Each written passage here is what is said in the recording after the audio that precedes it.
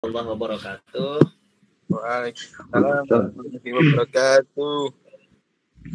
Alhamdulillahirabbil alamin arrahmanirrahim maliki yaumiddin. Asyhadu an la ilaha illallah wahdahu la syarikalah wa asyhadu anna Muhammadan abduhu wa rasuluh. Allazi la nabiyya ba'da. Teman-teman mahasiswa mahasiswi STAI-Pers Jakarta, Hukum Ekonomi Syariah angkatan pertama semester keempat, pada malam hari ini bisa kembali bertatap online, bertatap meeting melalui virtual. Mudah-mudahan kita semua diberkahi dan diberikan kesempatan oleh Allah Subhanahu wa taala untuk menjadi mujahid ilmu, mujtahid, orang yang bisa mengambil sebuah sikap terhadap pengembangan ilmu, hingga menjadi mujadid, orang yang bersungguh-sungguh memperjuangkan menjadi pembaharu dalam pengembangan ilmu-ilmu yang Allah berikan di muka bumi ini. Seperti mana yang sebelumnya sudah Ana kasih tahu, Ana berharap banget untuk bisa offline gitu ya mata kuliah Ana, tapi satu dua hal kita sampai saat ini belum bisa offline. Mudah-mudahan kita maksimalkan dengan format Zoom ini, dan mudah-mudahan teman-teman langsung bisa menerapkan terkait mata kuliah yang diberikan oleh para asatid, para dosen di STAI-Pers Jakarta ini. Nah, wabil khusus untuk mata kuliah akuntansi syariah, memang penyuguhannya berbeda dengan akuntansi konvensional.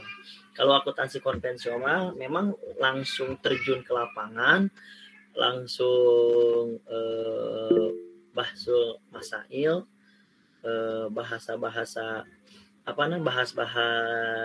kasus. Tetapi kalau di akuntansi syariah itu mahasiswa diwajibkan memahami terkait keuangan syariah terlebih dahulu, mengenai terkait mana yang syar'i, mana yang tidak syar'i, mana yang halal, mana yang haram. Karena di akuntansi syariah tidak semua bisa diakomodir, tidak semua bisa dimasukkan dalam laporan keuangan gitu ya.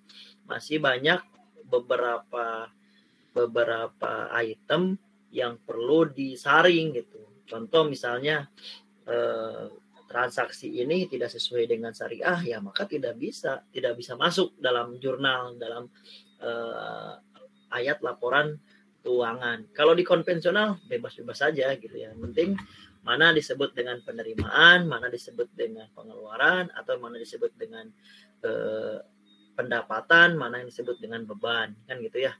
Nah, kalau di akuntansi syariah, mahasiswa diwajibkan atau seorang akuntan diwajibkan memahami terkait unsur-unsur syariah dan tidak syariahnya, sehingga ketika dalam penyajian laporan itu bisa langsung memfilter, mengklasifikasi mana laporan yang perlu disajikan, mana laporan tidak perlu disajikan gitu. Nah, yang tidak perlu disajikan dalam arti tidak sesuai dengan prinsip-prinsip syariah gitu ya. Sebelum masuk ke mata kuliah selanjutnya, ada pertanyaan dulu nggak tentang materi-materi sebelumnya?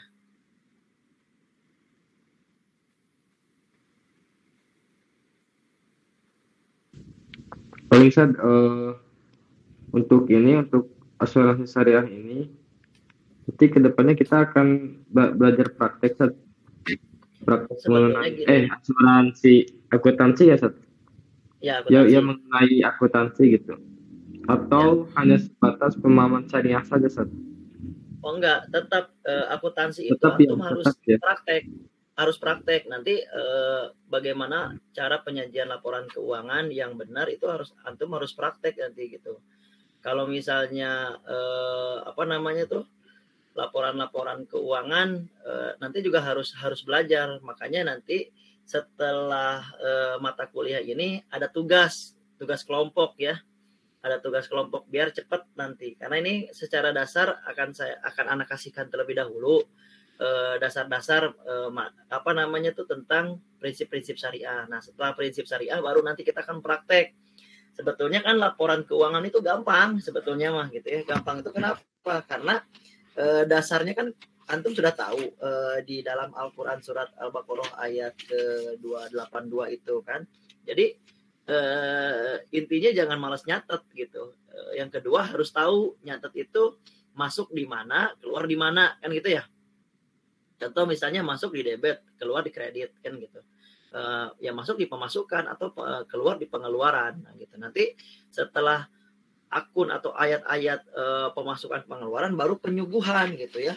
Nah, baru penyuguhan. Nah, apakah penyuguhan itu bisa dilaporkan posisi keuangannya berapa, asetnya berapa, liabilitasnya berapa, terus dana pembagiannya berapa, terus ekuitasnya berapa gitu kan. Nah, jadi setelah merangkum ataupun menyusun ayat-ayat transaksi gitu, nah baru antum bakal bisa melakukan pelaporan, penyuguhan laporan. Maka pada akhirnya di mata kuliah akuntansi syariah, seorang mahasiswa itu pertama nih kelebihannya memahami akan syariah yang seperti mana telah dipelajari di mata kuliah sebelumnya mungkin. Yang kedua bisa memahami transaksi syariah dan transaksi non syariah gitu. Nah, yang ketiga bisa menyuguhkan laporan keuangan. Nah, tetapi sebetulnya kan yang Ana pahami ketika Ana belajar akuntansi itu ada 2 sampai 4 kali pertemuan, 4 kali mata kuliah. Pertama akuntansi dasar, kedua akuntansi lanjutan, yang ketiga akuntansi laporan akuntansi, yang kelima akuntansi terapan gitu. Nah, jadi yang keempat akuntansi terapan. Jadi ada 4 proses gitu. Nah, kalau di stay persis ini Ana baru dapat kabar ketika pertama mau ngajar.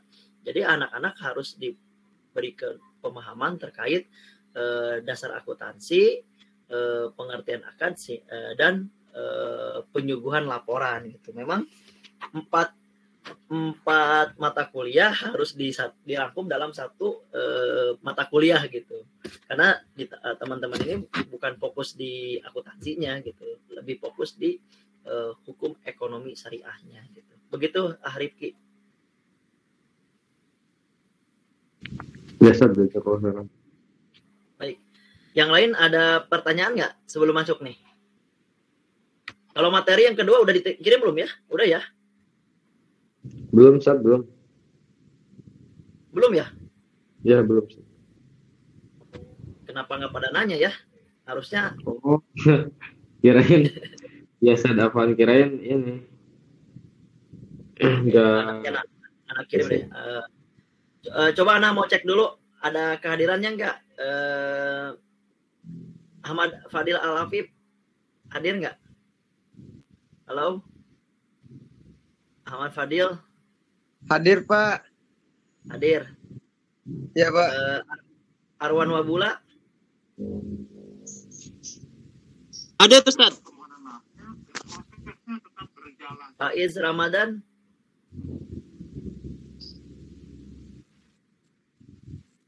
Citra Salsabila?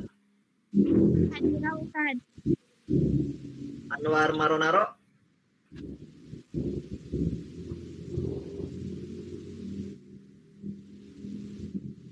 Anwar?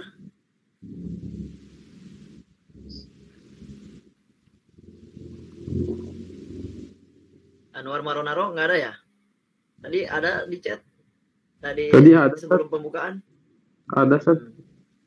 Muhammad Azam? Hadir, Ustaz.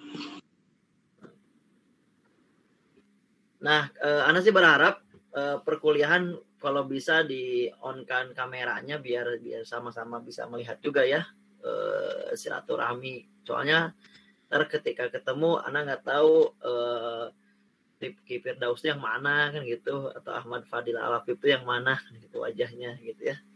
Jadi nanti kita nggak bisa saling mengenal gitu. Nah, kecuali memang kondisi jaringan gitu kurang memadai, kurang memungkinkan. Sebetulnya kalau Ana biasa lebih enak lewat Zoom gitu, biar proses pembelajaran lebih perfect gitu, lebih maksimal gitu. Ada juga kemarin pakai TeamViewer atau pakai Microsoft gitu. Nah, di sini Salahuddin Al-Ansori baru masuk nih. Assalamualaikum Salahuddin, sehat? Waalaikumsalam, sehat Ustaz. Siap. Gimana Salahuddin? Ada pertanyaan dulu seputar pertemuan sebelumnya?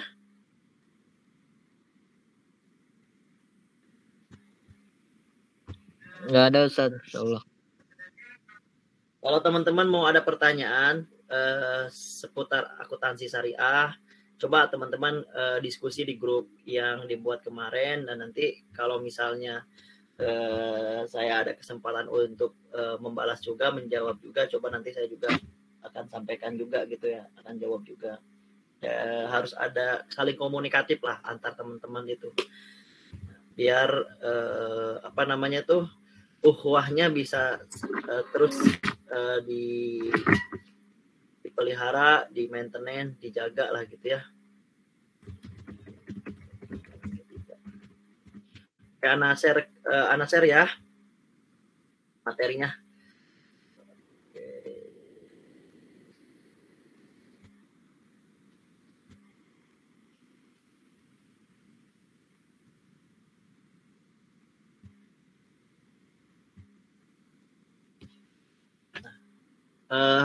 Udah nampak belum?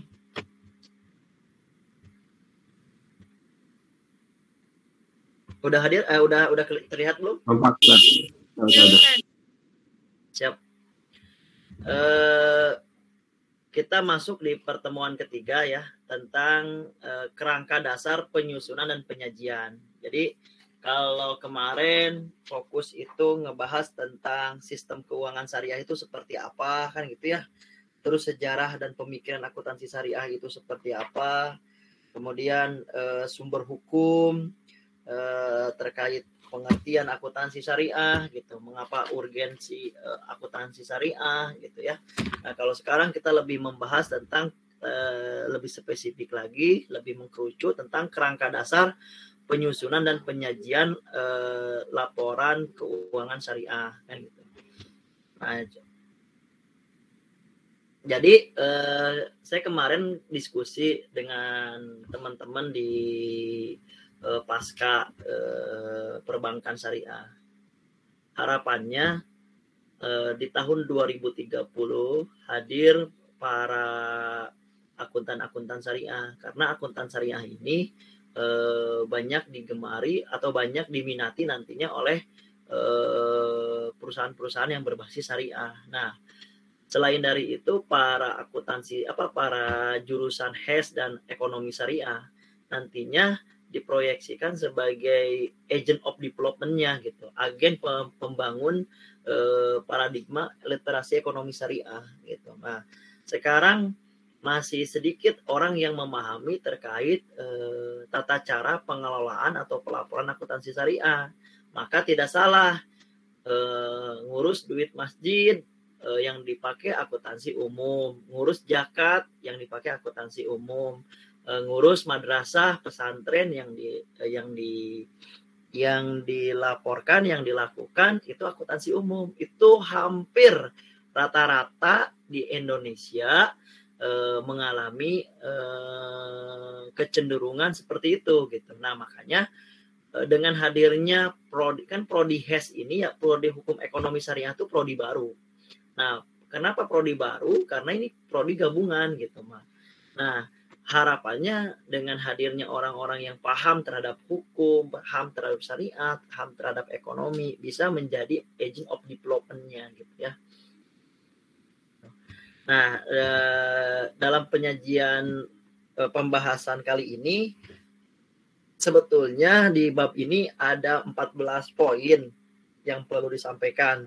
Tetapi saya mungkin di malam hari ini coba menyampaikan sampai ke poin 7 terlebih dahulu. Nah, nanti poin 8 sampai 14 mungkin di pertemuan selanjutnya. Nah, selagi teman-teman nanti saya kasih tugas sebelum teman-teman presentasi nanti saya akan coba untuk menyampaikan laporan keuangan seperti apa gitu ya. Nah, masuk kepada tujuan kerangka dasar. Nah, tujuan kerangka dasar dari penyusunan dan penyajian laporan keuangan syariah itu seperti apa? Nah, penyusunan standar akuntansi keuangan syariah dalam pelaksanaan tugasnya. Jadi tujuannya itu apa? Untuk penyusunan standar akuntansi keuangan syariah. Nah, kenapa perlu laporan keuangan syariah gitu ya? Pertama, karena dibutuhkan penyusunan standar akuntansi keuangan berdasarkan penyusunan keuangan syariah kan gitu. Nah, masih banyak saya bilang beberapa kali bahwasannya entitas ataupun lembaga keuangan yang berbasis syariah itu tidak dilaporkan berdasarkan laporan keuangan syariah gitu, sehingga kadang-kadang saya bingung gitu, kita tuh bingung ini tuh masjid, lembaga keuangan syariah, perbankan syariah atau apa sih, kok ngomongnya syariah tapi cara ngelaporin keuangannya nggak sesuai dengan syariah. Makanya tujuan dari adanya akuntansi syariah itu agar penyusunan bisa standar akuntansi syariah. Kedua, penyusunan laporan keuangan untuk menanggulangi masalah akuntansi syariah yang belum diatur dalam standar akuntansi keuangan syariah. Nah, yang kedua, tujuan dari hadirnya disiplin ilmu akuntansi syariah ini agar pengembangan akuntansi syariah itu bisa hadir gitu. Karena yang namanya ilmu itu tidak hanya terbatas pada pengembangan sebelumnya, pasti ada variabel-variabel pengembangan lanjutan gitu. Karena apa? Karena sesuai dengan kaidah ataupun ungkapan para ulama, al-insanu hayawan natik gitu kan, bahwasanya manusia itu adalah hewan yang berpikir gitu, hewan yang berkembang gitu, hewan yang memiliki akses lebih maju daripada makhluk-makhluk yang lain gitu. Nah, makanya dalam akuntansi syariah ini perlu penyusunan laporan keuangan untuk menanggulangi masalah akuntansi syariah. Nah, masalah-masalah apa aja yang akan timbul setelahnya, makanya perlu disiplin ilmu akuntansi syariah. Ketiga, auditor dalam memberikan pendapat gitu.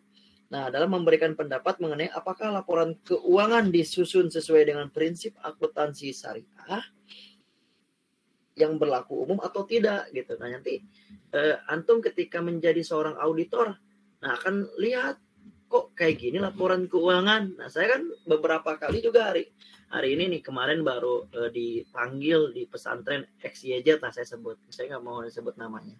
Di pesantren XYZ ini dia mempunyai 5 level jenjang pendidikan gitu. Nah, di level 5 level jenjang pendidikan ternyata kurang lebih ada fraud. Fraud itu fraud itu kan kalau dalam bahasa kalau dalam etimologisnya itu penyalahgunaan. Tetapi secara terminologi yang dimaksud dalam akuntansi itu, fraud itu ada sesuatu yang masih janggal gitu, fraud itu. Nah, ada yang masih sesuatu yang masih janggal, jumlahnya mencapai 3,5 miliar. Nah, 3,5 miliar tuh kok bisa terjadi? Ya karena yang seharusnya laporan keuangan berdasarkan keuangan syariah tidak dilaporkan, tidak disuguhkan berdasarkan laporan keuangan syariah. Maka seorang auditor akan menyampaikan, ini 3,5 miliar kemana larinya?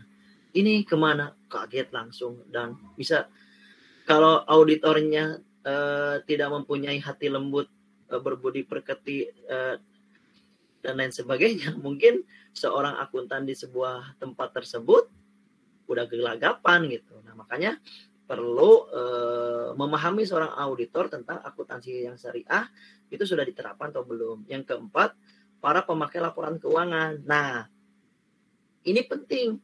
Siapa saja yang perlu tentang disiplin ilmu akuntansi syariah. Kalau antum nanti misalnya mau melihat di laporan keuangan PT ABC misalnya tuh, kalau PT-PT yang udah TBK, nah antum bisa lihat misalnya PT apa Bank Syariah Indonesia, lihat laporan keuangan sudah ada itu. Nah nanti antum bisa menafsirkan kalau Anda di strata 2 di S2 itu tugasnya itu gitu.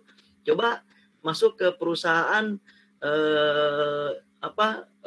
Garuda misalnya tuh, lihat laporan keuangannya. Coba lihat perusahaan Bank Mandiri, lihat laporan keuangannya, gitu seperti itu gitu. Nah nanti juga antum bisa memprediksi ataupun memberikan opini argumen terkait penyuguhan laporan keuangan di masing-masing perusahaan gitu. Nah pemakai dan kebutuhan informasi, nah siapa aja? Nah tadi kan sudah disebut juga tujuan dari kerangka dasar penyusunan dan penyajian laporan keuangan syariah. Nah yang kedua pemakai dan kebutuhan informasi. Yang pertama investor. Nah investor sekarang dan investor potensial, karena mereka harus memutuskan apakah akan membeli, menahan atau menjual investasi atau penerimaan dividen atau keuntungan. Nah gini teman-teman, saya selalu memberikan challenge, tantangan, bahwasannya coba teman-teman yang mempunyai usaha, mempunyai bisnis itu jangan dilakukan hanya sekedar bersifat bisnis individual. Nah, kalau teman-teman mempunyai bisnis individual, itu sampai kapanpun kekuatan dananya sangat rendah dan dikelola secara ultra mikro, dan bahkan keuntungannya pun akan tidak signifikan gitu. Nah, makanya teman-teman harus berpikir gimana caranya sih supaya usaha kita bisa dilirik oleh investor gitu. Nah caranya bagaimana? Coba rapihin keuangan gitu. Setelah antum rapihin keuangan, antum bisa melaporkan keuangan ke calon investor. Nih investor, usaha saya di usaha contoh lah misalnya usaha ayam geprek misalnya. Di usaha ayam geprek ini keuntungannya sekian, nah penjualannya sekian, modalnya sekian. Kalau saya punya modal sekian, mungkin akan menambah keuntungan hingga sekian. Nah sampai seperti itu baru antum disebut pengusaha mikro gitu. Nah pengusaha kecil gitu. Nah kalau sekarang kalau antum memulai bisnis itu startingnya di mana? Di ultra mikro, usaha yang sangat kecil. Nah jadi dengan rapihnya laporan keuangan, investor akan melihat tuh gitu, apakah mau melanjutkan atau menanam atau menerima dividen. Termasuk misalnya gini, dividen itu laba lah gitu ya, dividen itu hasil daripada investasi. Contoh misalnya saya invest di perusahaan miliknya Citra. Nah di perusahaan miliknya Citra saya menanam saham sebesar 100 juta. Ketika Citra menyampaikan laporan keuangannya, ada dividen sekian persen dari laba neto gitu. Nah, apakah saya langsung percaya bahwasanya kalau orang yang nggak ngerti cuman bisa hatur nuhun, syukron kasiron, jazakumullah kasiron, udah cukup gitu. Tapi kalau orang yang paham terhadap akuntansi, dilihat bagaimana laporan keuangannya gitu kan, bagaimana laporan laba ruginya, arus kasnya kan gitu ya. Nah itu akan diterima, akan diperiksa. Nah teman-teman juga nanti harus bisa gitu menyuguhkan, walaupun usahanya ultra mikro, walaupun misalnya usahanya hanya di bidang jasa contohnya, atau di bidang produk yang sifatnya masih kecil, tetapi ketika mulai dari sekarang laporan keuangan itu bakalan bisa bergaining position dengan investor. Saya punya cerita nih, waktu dulu ketika saya masih ketika saya masih SMA, masih ingat ya, ketika saya masih SMA. Nah, saya coba untuk memulai usaha dulu. Nah, usaha yang saya lakukan itu usaha makanan stick, makanan si stick, makanan ringan lah gitu ya, seperti macam kerupuk gitu kan. Nah, ketika saya melakukan hal itu dulu, saya melakukan secara ultramikro, menanam di menyimpan makanan ringan tersebut di warung-warung, di toko-toko sepanjang perjalanan dari rumah saya ke pesantren gitu.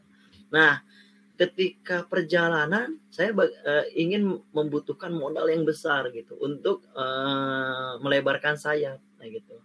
Apa yang saya lakukan dulu gitu? Yang saya lakukan dahulu adalah bagaimana meyakinkan investor bahwa usaha ini prospektif dan potensial, dan akhirnya syarat yang paling mutlak dibutuhkan oleh investor adalah laporan keuangan.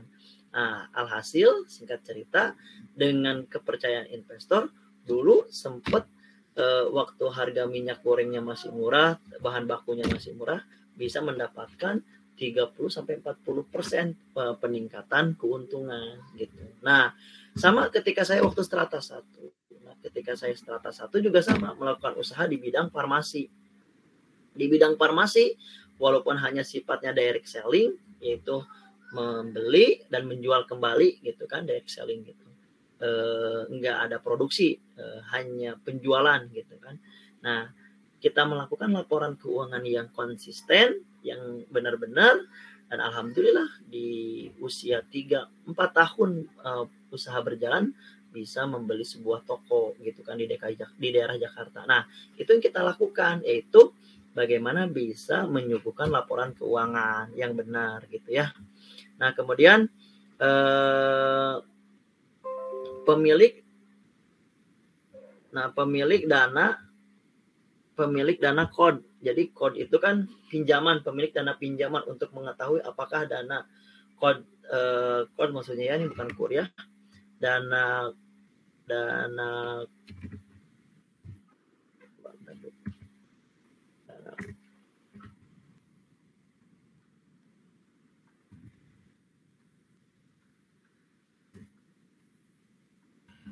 pinjaman, dana kod itu dana pinjaman ya, dana pinjaman terus.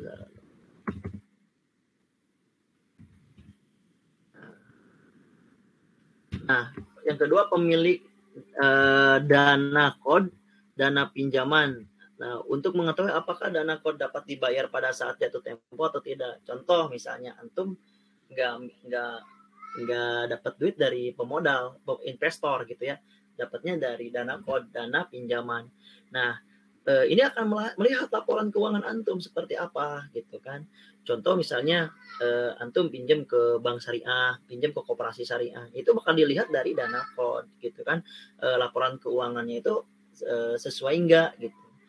Jadi kalau misalnya sistem perbankan dalam memberikan pinjaman modal itu enggak langsung antum butuh 10 juta misalnya tuh untuk membangun bisnis, atau antum butuh 100 juta untuk membangun sebuah produk home industry, mini home industry misalnya, industri kecil di rumah. Nah, antum butuh 100 juta. Enggak langsung dikasih 100 juta sama perbankan.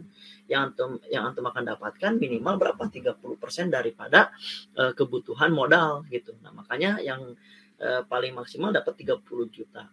Nah, ketika 30 juta itu akan dilihat sama bank itu, misalnya sama penyedia keuangan, apakah dana yang disimpan akan bisa mudah kembali atau enggak. Nah, dilihatnya dari mana? Dari laporan keuangan. Ketiga, pemilik dana sirkah temporer. Nah, contoh kalau tadi kan investor sifatnya jangka panjang, ada dana sirkah temporer itu bagi hasil. Contohnya gini lah, kalau ultramikro itu kan gampang. Saya minjem ke Rifki, anak pinjam uang dah gitu. Berapa?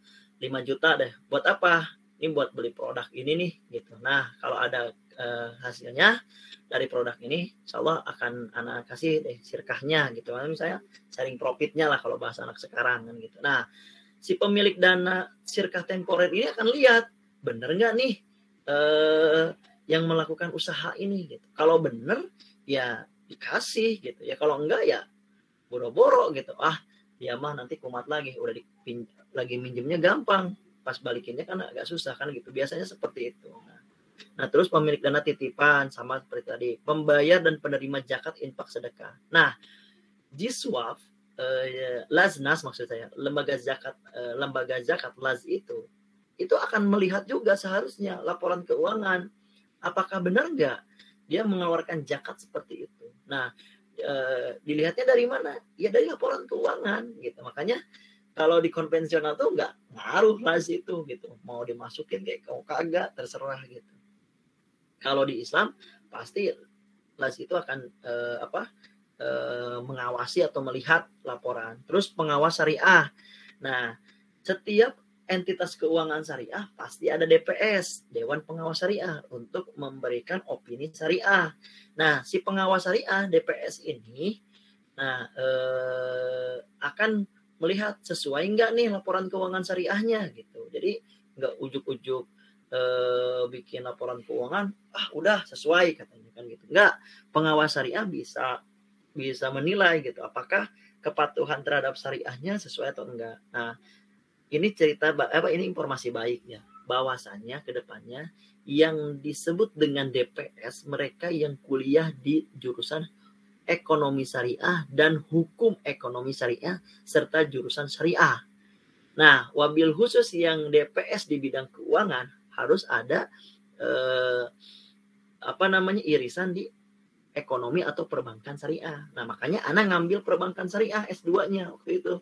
Kenapa? Karena meyakini nanti itu nggak bakalan ke siapa-siapa. Dulu mah kan, kalau sekarang misalnya kan jurusan agama, misalnya SAG, MAG, itu bisa jadi DPS. Atau misalnya jurusan SPD, MPD, Islam, bisa ngambil DPS. Nah, kalau nanti nggak bisa, apa dasar hukumnya? Nanti dasar hukumnya di peraturan undang-undang nomor 23 tahun 2011, terus Perbaznas tentang syarat operasional lembaga zakat atau keuangan syariah kan gitu. Nah, terus karyawan untuk memperoleh informasi tentang stabilitas dan profitabilitas entitas syariah. Nah, karyawan juga akan lihat ini benar nggak kita dikasih sharing profitnya sekian, gajinya sekian, katanya perusahaan rugi. Nah, dilihat dari laporan keuangan. Terus perusahaan itu profit enggak gitu. Nah, dilihat laporan keuangan. Pemasok dan pemasok dan mitra usaha lainnya, ya termasuk pemasok dan mitra usaha lainnya. Contoh misalnya, kalau saya dulu pernah dagang di farmasi itu kan ada namanya itu kan PBF, pedagang besar farmasi. Si pedagang besar farmasi itu nyimpen di toko-toko obat. Nah, si toko obat dan apotek itu akan dilihat sama pemasok. Nah, kira-kira ini laporan keuangannya bener nggak gitu? Jangan-jangan kita kasih pasokan, tahu-tahu nggak bisa jual gitu kan? Nah, itu akan berhubungan. Nah, 9 pelanggan untuk memperoleh informasi tentang kelangsungan hidup entitas syariah. Nah, si pelanggan ini juga sama. Contoh misalnya koperasi syariah, si anggota ini bakal lihat bener nggak kalau saya nyimpen duit di sini bakalan aman. Nasabah di perbankan juga sama akan memperoleh informasi tersebut. Ke-10, pemerintah. Nah, pemerintah untuk apa? Nah, pemerintah akan melihat ada hubungannya dengan pajak gitu. Nah, apakah perusahaan ini sudah layak untuk mendapatkan pengampunan pajak ataupun wajib pajaknya seperti apa? Nah, itu sangat dibutuhkan. Ke-11, masyarakat untuk memperoleh informasi tentang kontribusi entitas terhadap masyarakat dan negara. Nah, intinya gini, laporan keuangan ini perlu antum siapkan nanti, dan sekarang coba usaha apapun ataupun lembaga apapun yang antum geluti, coba dirapikan laporan keuangan. Nah, kalau laporan keuangannya rapi, insya Allah perusahaan tersebut akan survive. Ini aneh bukannya sombong ya. Bukan. Pamer juga enggak gitu. Lagi masa pandemi, stay persis mulai bergeliat, mulai memulai kampus. Qadarullah, semua mengalami pilot, semua mengalami kekurangan gitu kan. Nah, tingkat pembayaran SPP juga belum tersadarkan. Aneh bukannya nyindir ya, tapi nyinggung doang nih ya. Masih belum tersadarkan 100% gitu kan. Padahal kalau swasta itu, kalau negeri mah kan si dosennya tuh dikasih sama pemerintah, digaji seperti halnya PNS dan sebagainya. Kalau swasta mah justru lain, bukan. Kita hidup dari SPP gitu kan, dari pembayaran mahasiswa, dan diminta oleh pemerintah untuk aktivasi mahasiswa tersebut gitu. Nah, kondisi tersebut mau nggak mau kita tetap harus berjihad, berjuang sekuat tenaga. Dan alhamdulillah sampai 18, 19, 20 bulan berjalan ini, ya 20 bulan berjalan secara penggajian. Kalau secara non penggajian itu secara umur udah 2,5 tahun kita tuh berjalan. Alhamdulillah belum ada nunggak gaji, alhamdulillah belum ada hutang ke orang lain gitu. Nah, kenapa? Karena diusahakan sebenar-benarnya dan dilaporkan sebenar-benarnya. Bahkan anak pribadi setiap bulan minta diaudit itu. Tim keuangan semua yang terlibat dengan keuangan diaudit. Oleh siapa? Oleh internal dan oleh eksternal. Supaya apa? Supaya bisa sama-sama mengetahui gitu. Ini kondisi perusahaan itu seperti ini nih gitu. Jadi jangan nyantai-nyantai aja gitu. Semua bakal berpikir. Termasuk sistem pemasukan. Makanya mahasiswa dibuat agak pusing ya. Nggak bisa bayar offline, harus bayar online. Karena apa? Karena udah sistemnya seperti itu. Dan akan dilaporkan secara periodik oleh sistem gitu. Nah, sebagai informasi deh, bocoran, nanti kedepannya STIP itu akan menggunakan sistem perbankan. Jadi teman-teman kan udah dapat KTM belum? Kartu tanda mahasiswa KTM. Belum, Ustaz. Hah? Belum. Ada yang udah dapat? Padahal kan udah sebetulnya udah ada belangkonya mah. Cuman apakah di angkatan antum udah tercetak atau belum? Udah belum? Kayaknya belum ada, Ustaz. Belum ya? Yes, nah, coba nanti tanya sama antum ke bagian kemahasiswaan, anak perlu KTM gitu. Nanti juga akan diusahakan. Tapi gini, kita lagi coba kerjasama dengan perbankan supaya KTM itu automatically dengan debit bank. Jadi kartu ATM lah gitu ya. KTM itu sama dengan ATM. Antum bisa narik masuk keluar uang itu lewat KTM tersebut gitu, dan didesain sesuai dengan desain kampus gitu. Kita lagi ngusahain seperti itu gitu. Nah, insya Allah kalau pesantren XYZ besok sudah mau mencoba seluruh santrinya, sekitar 650 santri kita promosiin, dan alhamdulillah beres gitu. Besok tanda tangan MOU gitu. Jadi kartu santri itu udah berbasis ATM gitu.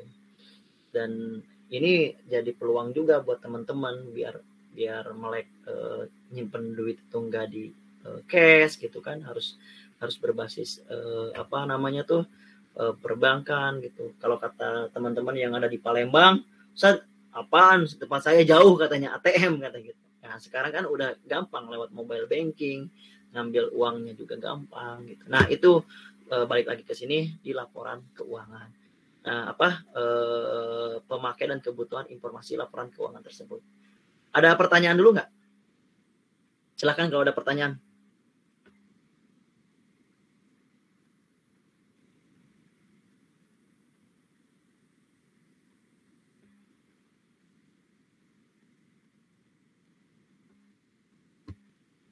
Bagaimana? Ada pertanyaan?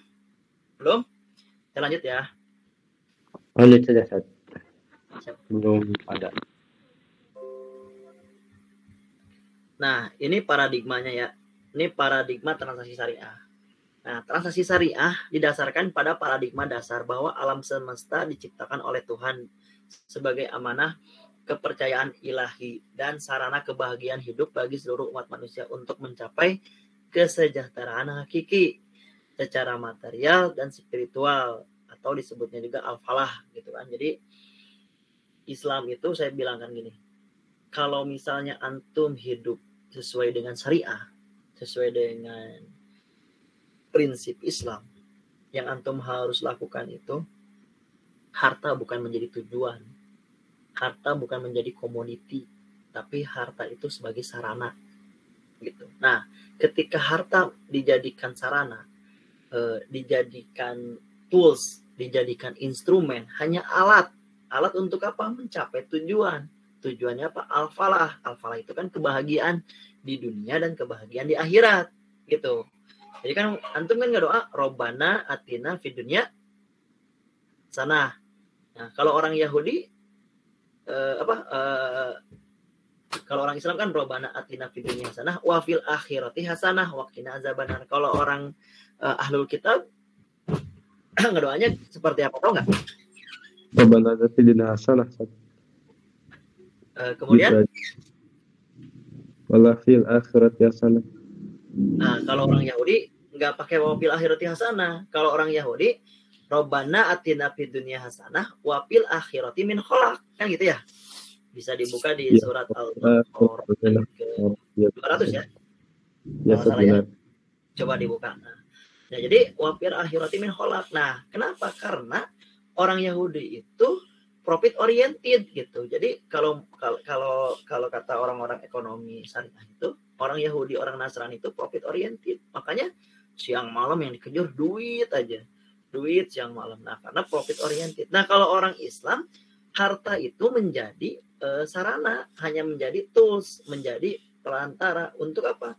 Mencapai al-falah tersebut. Nah, jadi tidak menuhankan harta, tidak ketergantungan terhadap harta. Tapi perlu harta nggak? Ya perlu. Karena harta itu menjadi denyut nadi perjuangan. Makanya ketika saya ngurus organisasi, saya ngurus lembaga, jangan main-main dengan harta. Jangan main-main dengan kata-kata uang. Jangan main-main dengan kata-kata modal, kekayaan, dan sebagainya. Karena hal itu menjadi denyut nadi perjuangan. Gitu. Nah, kalau misalnya organisasi yang bagus, ya keuangannya juga bagus gitu. Tetapi jangan sampai keuangan itu menjadi tujuan. Contoh, antum ngurus sekolah gitu ya, yang pada ngajar. Ini sekolah ini antum cari duitnya doang. Saya pastikan antum akan mendapatkan kekecewaan. Contoh, ketika ada dinamika, ada ujian, antum lihatnya, di tempat saya gajinya kecil, di orang lain gajinya besar, kan gitu. Maka kekecewaan dan keikhlasan pun akan terdegradasi gitu, akan terkikis gitu. Nah, tapi kalau misalnya saya di sini untuk mendapatkan ridhonya Allah, tetapi apa yang saya lakukan di sini tidak semata-mata untuk mencari dunianya saja gitu. Nah, kalau hal itu sudah terpatri, yang antum lakukan lillah, ikhlas gitu. Nah, tetapi kalau misalnya udah dunia oriented, waduh, saya di sini gaji 10 juta nih, teman saya gaji udah 15 juta kan gitu. Nah, otomatis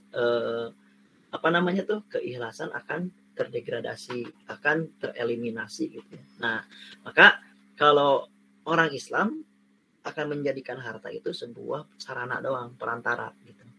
Nah, substansinya adalah bahwa setiap manusia memiliki akuntabilitas dan nilai-nilai yang menempatkan perangkat syariah dan akhlak sebagai parameter baik dan buruk, benar, serta salahnya aktivitas usaha. Dengan cara ini akan terbentuknya integritas yang akhirnya akan membentuk karakter tata kelola yang baik atau good governance dan disiplin pasar atau disebut market disiplin yang baik. Nah, ini menjadi value, menjadi nilai. Kenapa orang Islam harus belajar akuntansi syariah? Karena supaya apa? Supaya membentuk karakter gitu. Nah, karena kan gini, kan kadang-kadang kita bingung, orang yang maling orang Islam, orang yang jahat orang Islam, orang yang miskin orang Islam. Nah, ini yang salah apanya? Islamnya, sistemnya, atau orangnya? Nah, mungkin orang-orang Islam sendiri yang tidak mempelajari tentang ekonomi syariah, termasuk akuntansi syariah, sehingga tidak ngerti akuntabilitas apa gitu kan, akhlak akhlak dalam keuangan seperti apa gitu kan, disiplin dalam keuangan seperti apa dan lain sebagainya. Nah, kalau misalnya teman-teman udah mengerti laporan keuangan, coba menulis laporan keuangan dengan benar, nah maka akan disebut good governance. Good governance itu perusahaan yang good gitu kan, tata kelola yang baik gitu kan. Nah, tata kelola perusahaan yang baik itu akan mendapatkan predikat ISO dan lain sebagainya. Nah, semua itu diatur, dilaksanakan secara secara setahap demi setahap, minimal dengan cara penyuguhan laporan keuangan, gitu ya. Sebentar.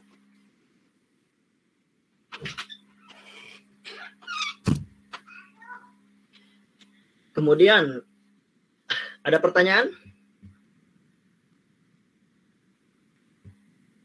Belum, Ustaz. Ya.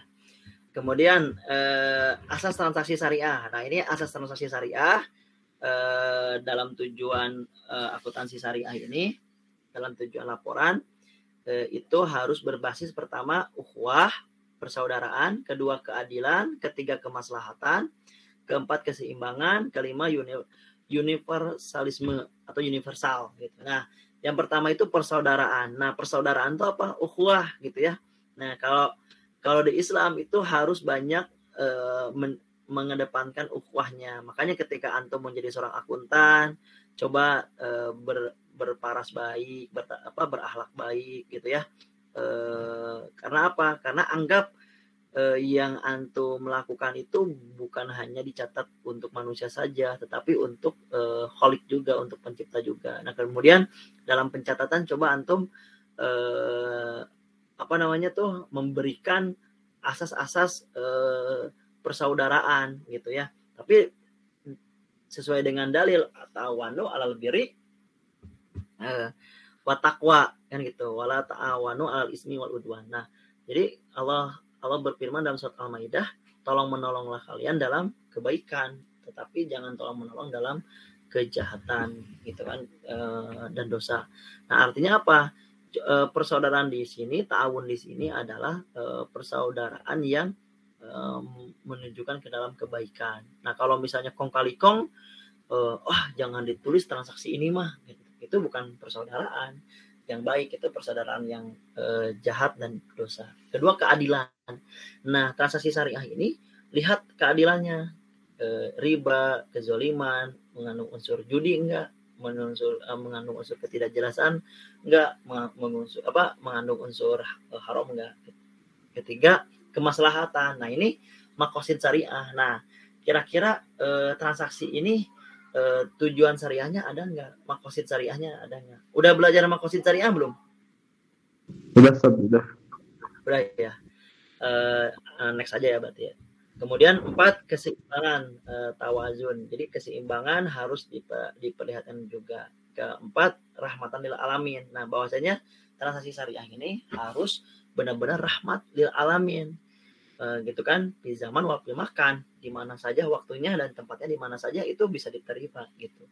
Nah, ini maksudnya harus seimbang, harus universal itu.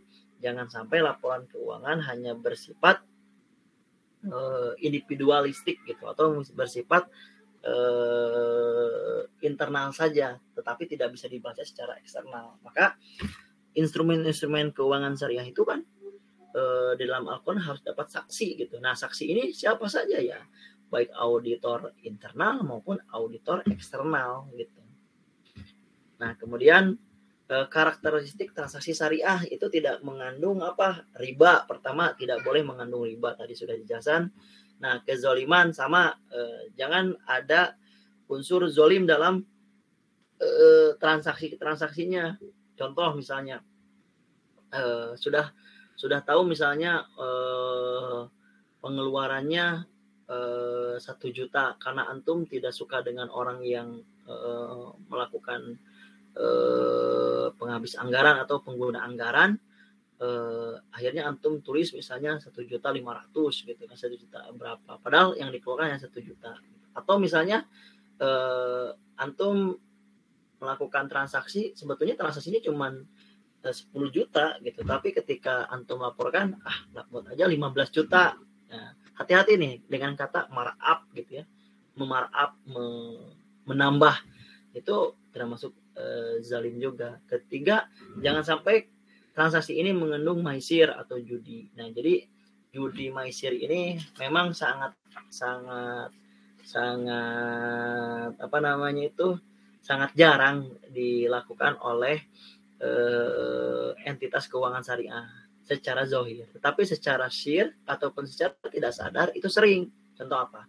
Contoh misalnya teman-teman punya usaha. Ketika punya usaha, teman-teman coba untuk nyimpen duit gitu ya. Coba saya simpen duit di PT XYZ. Nah, di PT XYZ ini teman-teman nggak tahu nih bener nggak dijalankan di bisnis tersebut gitu. Tahu-tahu nyimpen aja lah gitu. Karena termakan dengan isu keuntungan sekian persen dari uang yang disimpan. Nah, kalau di keuangan syariah akan di filter, akan diaudit apakah mengandung maisir atau judi dan lain sebagainya. Keempat, goror, unsur ketidakjelasan. Nah, jadi nggak jelas unsurnya usahanya apa, seperti apa kan gitu. Kemudian tadlis atau samar-samar, remeng-remeng. Nah, ini barang ini halal nggak ya gitu kan. Nah, jadi kan kadang-kadang teman-teman suka ketemu tuh barang yang ini tuh bener nggak ya, ori nggak ya, kalau sekarang bahasanya gini, ori atau enggak ya gitu.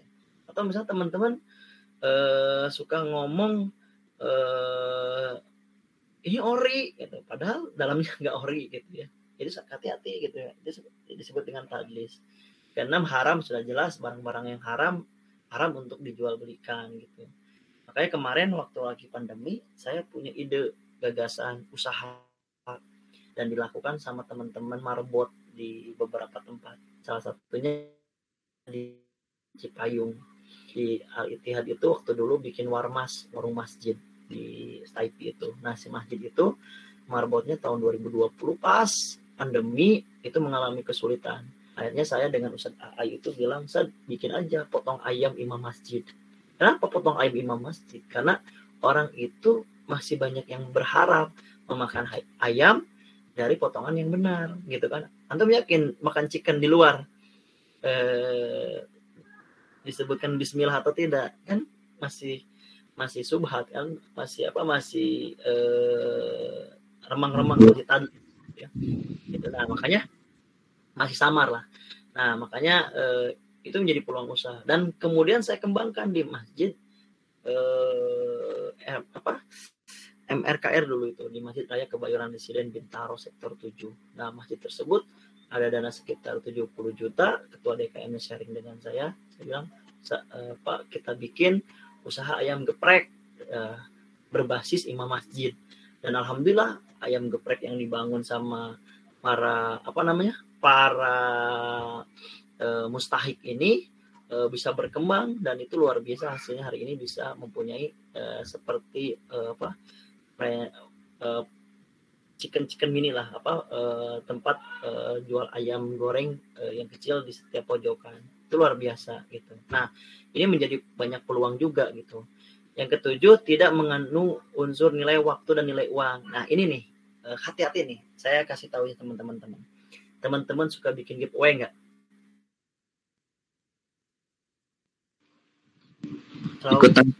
Ikutannya pernah.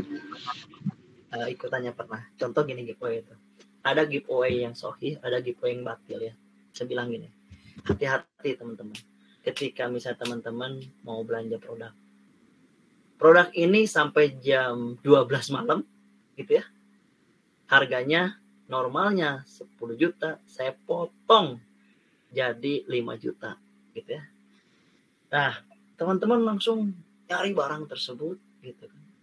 Dan akhirnya teman-teman ada yang nunggu. Ketika order, ternyata limitnya itu dibatasi sebetulnya tuh. Hanya 5 orang, hanya berapa orang. Nah, ketika sudah mencapai jam 12, oh maaf, waktunya sudah habis. Gitu kan. Nah, itu di dalam karakteristik transaksi syariah diungkapkan itu mengandung time value of money. Jadi mengandung unsur waktu dan nilai uang. Ketika waktu A dijual harga sekian, ketika waktu B dijual harga sekian gitu. Nah, itu hati-hati. Kalau mau antum ngomong diskon saja potongan harga gitu kan, dalam promosi A. Jangan menggunakan waktu, karena waktu itu ada dalil qot'inya, itu diharamkan. Gitu. Jadi menjual menjual barang yang sama dalam dua waktu dengan harga yang berbeda gitu. Itu berbahaya gitu. Nah, ini sekarang dikembangkan oleh sistem pemasaran kapitalis gitu. Nah, pemasaran kapitalis kelihatannya oh iya ya bagus nih gitu kan, kita share giveaway dan lain sebagainya. Nah, kalau giveaway jangan dilihat dari waktunya gitu. Contoh misalnya giveaway itu gini, silahkan follow akun saya, 5 orang terbaik tercepat akan mendapatkan hadiah. Itu unsur giveaway-nya hadiah, bukan di produk. Kalau orang kan ada yang produk misalnya, contohnya kalau di sini ada Citra ya, Citra kan suka jualan gamis apa gitu, harga gamis misalnya sekian, silahkan beli sampai jam sekian harganya sekian gitu. Nah itu hati-hati gitu. Itu mengandung apa? Mengandung unsur time value of money gitu ya. Nah ke-8 tidak keluar dari perjanjian. Nah transaksi pun sama, kemarin sudah dijelaskan, jangan sampai keluar dari perjanjian. Contoh saya nyicil barang ya, dari 1 juta misalnya cicil sekian, akhirnya ketika jatuh temponya melebihi, antum melebihi jatuh tempo, saya markup harganya jadi sekian, saya tambahkan harga sekian gitu. Nah yang ke-9 tidak merekayasa permintaan. Kemarin juga udah dijelaskan, Najasi ini jangan sampai merekayasa permintaan. Contoh apa? Ada yang disebut kalau saya di tahun 2019 2018 ada aplikasi namanya Kudo.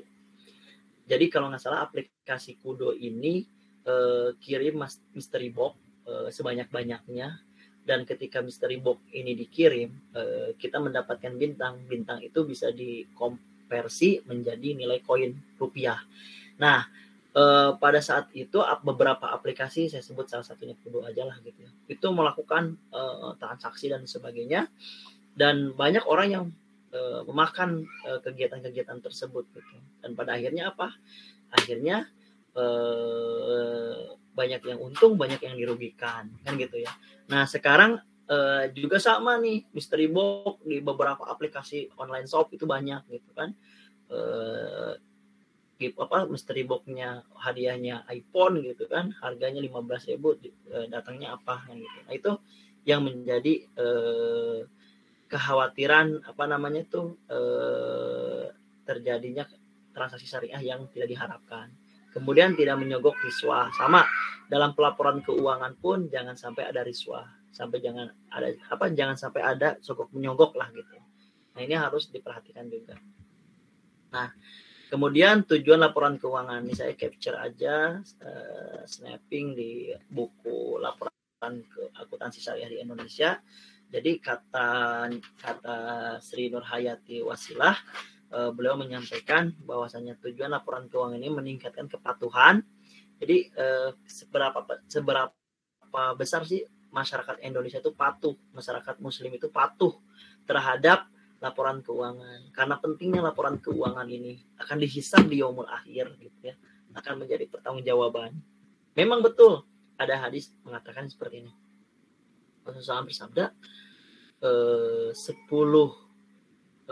rizki Allah itu 9 bagiannya dalam perniagaan. Itu 9 bagian. Jadi dari 10 karunia rizki Allah itu 9-nya itu dari perniagaan. Nah, karena paling banyak uang mengalir itu nanti dalam perniagaan, maka dilakukan sistem-sistem ataupun batasan-batasan cara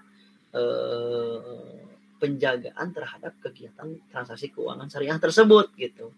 Sementara ini kan siapa yang mengetahui cara laporan keuangan kecuali anak-anak kuliah? Nih, saya kemarin diskusi dengan salah satu Mudirul Am, pimpinan pesantren. Saya bilang, kesalahan utama di pondok pesantren hari ini tidak diterapkan cara pembelajaran, cara pemahaman terhadap ekonomi syariah.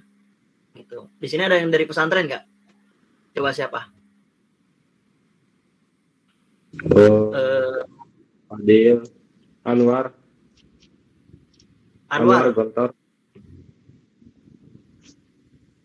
Anwar ada? Anwar,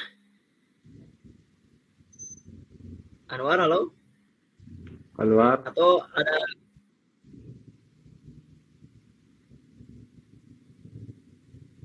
Ini layarnya Fadil. dari tadi pindah nggak? Gimana Sat? Layarnya pindah Sat udah. Cuman Layarnya pas pindah nggak tadi. tadi? Sekarang pindah, tadi enggak Sat. Sekarang udah pindah. Siap. Nih contoh Rifki Firdaus. Nah Rifki Firdaus kan ngajar nih ya di SMP juga. Nah coba Rifki bisa cek ada pelajaran ekonomi kan, ada pelajaran IPS kan, ada pelajaran matematika kan Iya Sat ya. di SMP. Ada Ada Sat. nggak pelajaran-pelajaran umum itu diarahkan ke pelajaran agama? Contoh misalnya lagi membahas tentang ekonomi mikro makro. Misalnya di SMP juga biasanya sudah ada gitu. Diarahkan nggak ke ekonomi mikro makronya Islam? Atau misalnya Nggak ada. matematikanya Belum ada. aljabar Islam. Ada nggak? Belum ada Sat. Belum ya? Belum ada. Belum. Terus anak tanya lagi. Ada sampel di sini. Siapa yang dari pesantren coba? Ada yang mau ngasih sharing nggak coba? Yang dari pesantren mana? Anwar Fadil. Anwar, Fadil? Nggak ada ya. Ya Ustadz. Siapa nih siapa? Fadil Ustadz. Oh Fadil. Nah Fadil di aliyahnya di sanawiyahnya pernah mondok kan? Pernah Ustadz. Nah pelajaran pondok mana Fadil? Saya Miftahul Huda Boarding School Boyolali Ustadz. Oh di Boyolali, masya Allah. Nah dulu antum ngambil IPS ngambil IPA? Itu SMK Ustadz. Oh Kejuruan. SMK. Oh SMK jurusan apa antum? Saya ngambilnya TKJ Ustadz. Oh teknik komputer jaringan. Iya Ustadz. Oh insya Allah ya. Itu jurusan yang dulu anak gemari dulu ya. Cuman anak akhirnya di pesantren dan akhirnya Allah juga kasih ilmu tentang TKJ juga walaupun nggak ke SMK gitu. Nah, antum ketika di pesantren pernah belajar ekonomi syariah nggak? Boardingnya di pesantren. Nggak ada Ustadz, karena di sana pelajarannya 50-50 Ustadz. 50% kejuruan, 50% umum Ustadz. Agama. Oh 50% umum. Ya, 50% itu umum, agama campur pelajaran pondok juga Ustadz. Oh, jadi gitu. pelajaran umum tuh paling cuman MTK sama bahasa Inggris ingat saya Ustaz. Ada IPA juga, IPA nggak ada Ustaz. Pokoknya dikit banget pelajaran umum. Lebih kejuruannya ya. Ya Ustaz, kejuruannya banyak Ustaz. Nah, ada lagi yang mau ngasih sharing nggak? Selain Ahmad Fadil dari pesantren lain. Citra jurusan di pesantren Persis dulu IPA IPS Citra. IPA Ustaz. IPA ya. Ada yang jurusan IPS nggak? Gimana Ustaz? Siapa? IPS Rifki? Biasa saya. IPS-nya waktu itu ketemu mata kuliah pelajaran tentang ini nggak, pengarahan tentang akuntansi syariah? Nggak ada Sat, konvensional semuanya. Konvensional yang ya? Ya. Nah, kemarin anak tuh ngobrol dengan beberapa model AM gitu kan, dan akhirnya sebetulnya di tahun ini tuh anak udah harus ngajar sebetulnya. Kemarin udah diminta ngajar di pesantren Persis di jurusan IPS terkait pembelajaran ekonomi syariah di jurusan IPS-nya itu gitu. Qadarullah kan sedang ngurus tesis sehingga kemarin nggak bisa 100% terjunnya gitu. Nah, saya kasih jawabannya aja lah, semuanya itu masih minim literasi ekonomi syariah gitu. Masih sangat sedikit literasi ekonomi syariah. Bahkan maroji atau rujukan-rujukan pembelajaran ekonomi itu masih ekonomi konvensional gitu ya. Rujukan-rujukannya masih pembelajaran ekonomi konvensional. Ini sangat memprihatinkan lah, sangat mengkhawatirkan. Boro-boro umat itu bakal ngerti tentang ekonomi syariah gitu kan. Pendidikan sama literasinya aja nggak dikembangkan secara bersama gitu. Seperti itu. Saya share lagi materinya. Ada pertanyaan nggak kira-kira? Saya Pak Siapa ini siapa? Anwar Maranaro. Oh, Anwar Maranaro. Tadi dipanggil-panggil. Sedang kemana tadi? Saya di jalan Pak. Oh, di jalan. Ini makanya tadi. Ya. Gimana Anwar? Saya mau nanya tentang yang masalah giveaway yang ada yang batal. Katanya kan tadi kata Ustadz ada 2 macam itu. Ya. Saya boleh minta contoh yang Ustadz tahu nggak yang masalah giveaway batil yang tadi itu Ustadz? Yang mana coba pertanyaan diulang. Tadi kan Ustadz menjelaskan tentang adanya kayak giveaway itu kan sebenarnya ada 2 macam kan? Giveaway. Ya. Terus? Ada giveaway yang batil, ada yang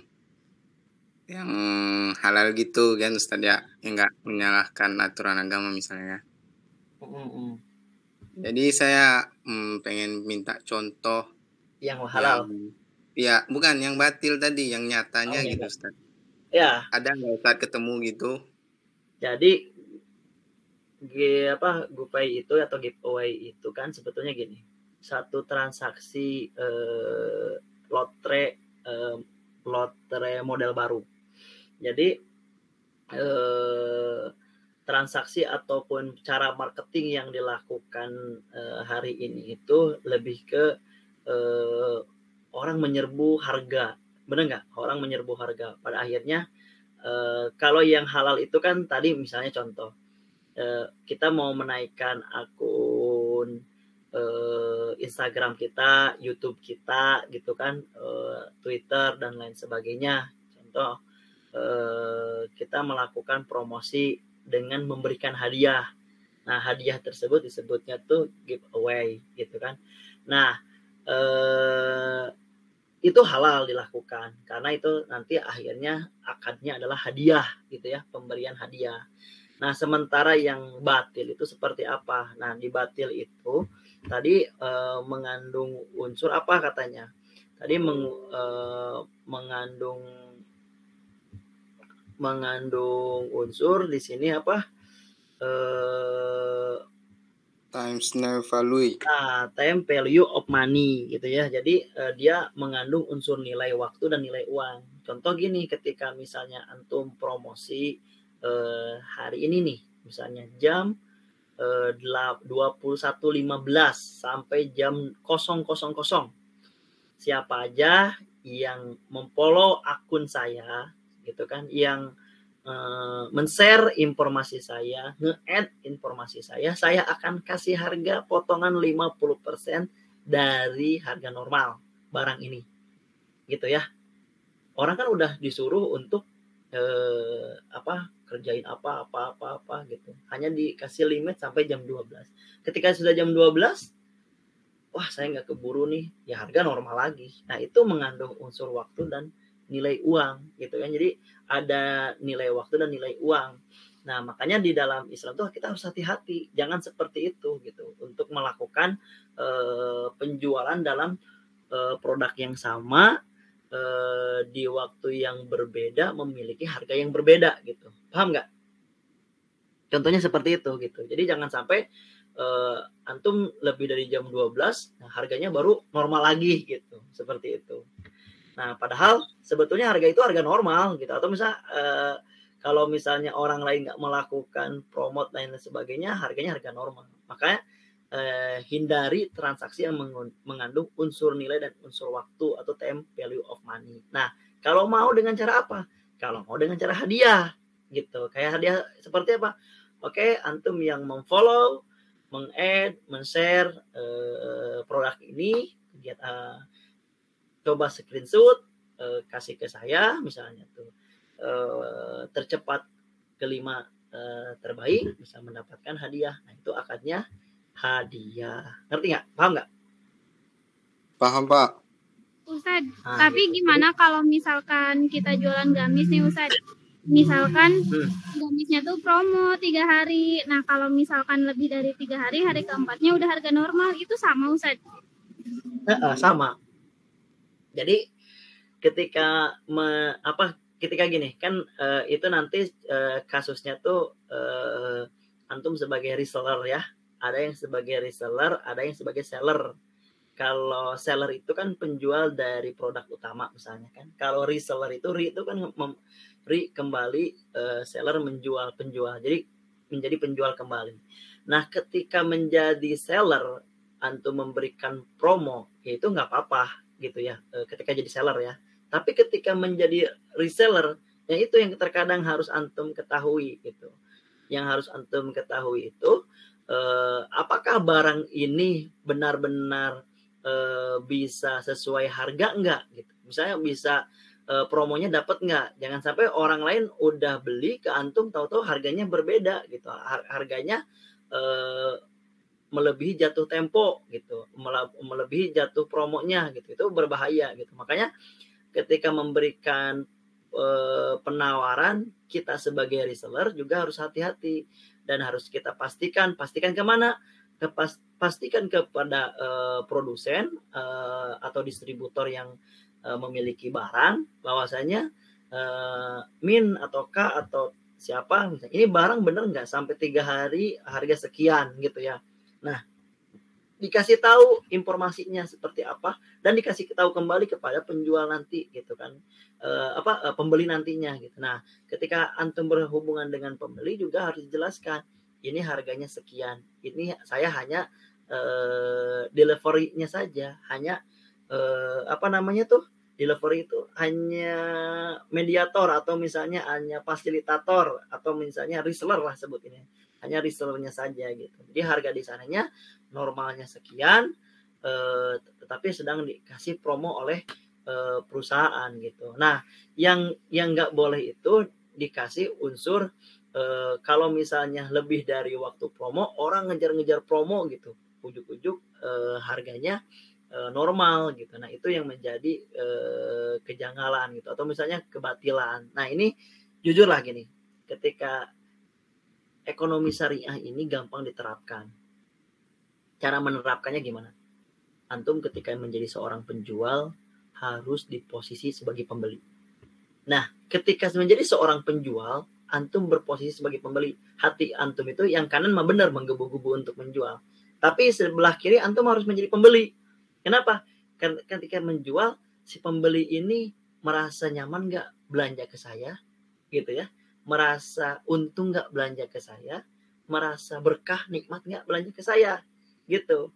Kebalikannya, ketika antum menjadi seorang pembeli, diposisikan antum juga seorang penjual. Kira-kira kalau saya beli harga sekian, gitu ya, ini harga ini adil nggak? Ini berkah nggak? Ini gimana? Jadi seorang pembeli nggak bakalan nawar sadis, seorang penjual juga nggak bakalan menjual dengan harga yang sadis juga. Nah gitu. Nah makanya coba posisi karakter morality sebagai seorang pengusaha syariah itu memang harus ditunjukkan. Gitu. Emang tidak mudah. Ini harus dilakukan secara berjamaah.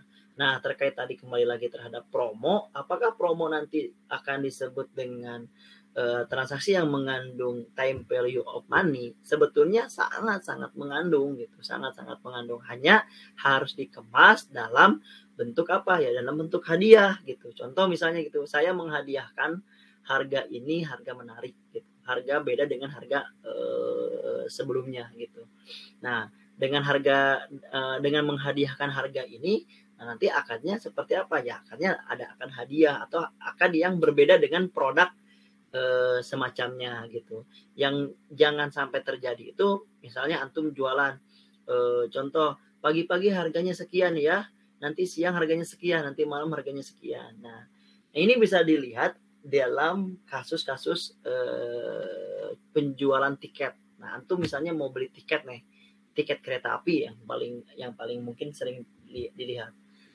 Ketika antum belanjanya di hari pemberangkatan, otomatis harganya mahal. Tapi ketika antum belinya di 5 seminggu sebelumnya gitu kan, itu harganya berbeda. Nah itu juga mengandung unsur seperti itu. Orang-orang salaf, orang-orang yang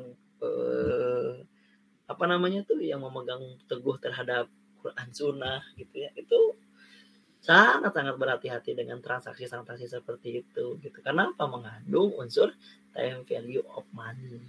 Ngerti nggak? Paham nggak? Paham, Pak. Insya Allah paham Ustaz.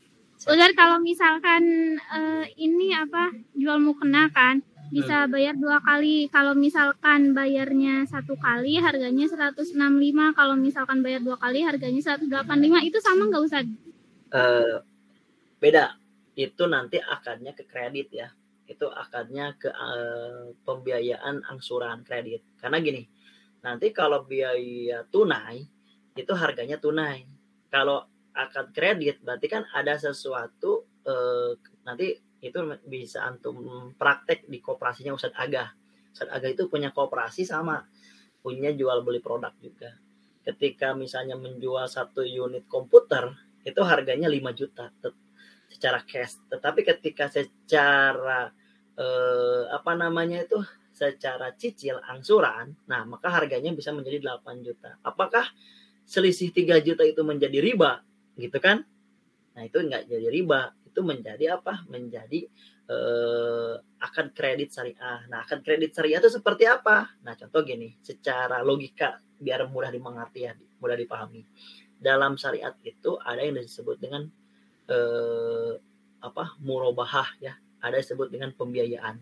Nah, contoh misalnya Citra bilangin ke pembeli, ini harganya normalnya itu mukena 200.000 ya. Saya beli nih mukena dan saya jual secara angsur seharga sekian gitu. Itu menjadi halal. Yang menjadi haram, gimana yang menjadi haram? Yang menjadi haram antum tidak ada bahasa itu. Gitu. Yang menjadi riba tidak ada bahasa itu. Kalau mau kredit angsuran sekian ya. Berarti lebihnya sekian. Iya, itu menjadi haram. Makanya dalam Al-Qur'an disebutkan seperti apa? Auzubillahi minasyaitonirrajim wa halalul bai'a wa ahlalul bai'a wa haramu riba, kan gitu ya. Allah menghalalkan jual beli dan mengharamkan riba. Nah, apa sih yang membedakan dalam konteks halalnya jual beli dan haramnya riba? Nah, yang menjadi perbedaan adalah prosesnya yang beda. Gitu kan, tata caranya yang berbeda. Nah, tata cara ini yang harus dilakukan. Makanya ketika antum mau menjual secara kredit, nah ada sebuah talafud akad gitu ya. Ada sebuah kalimat yang antum sampaikan, ini harganya sekian. Berhubung antum nanti misalnya mau beli secara angsur gitu, maka harganya menjadi sekian gitu. Itu sahih, itu halal gitu.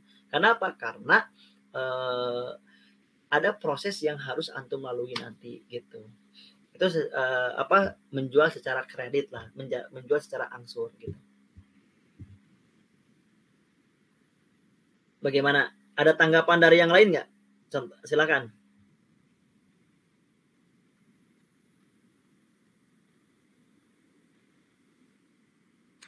Oh, yang kata Ibu Citra tadi itu, Bu, Pak, yang masalah misalnya kita jual barang hari ini sekian sampai hari kesekian itu tetap harga segitu, itu maksudnya promo nggak sih Pak? Bukan jatuhnya ke giveaway gitu?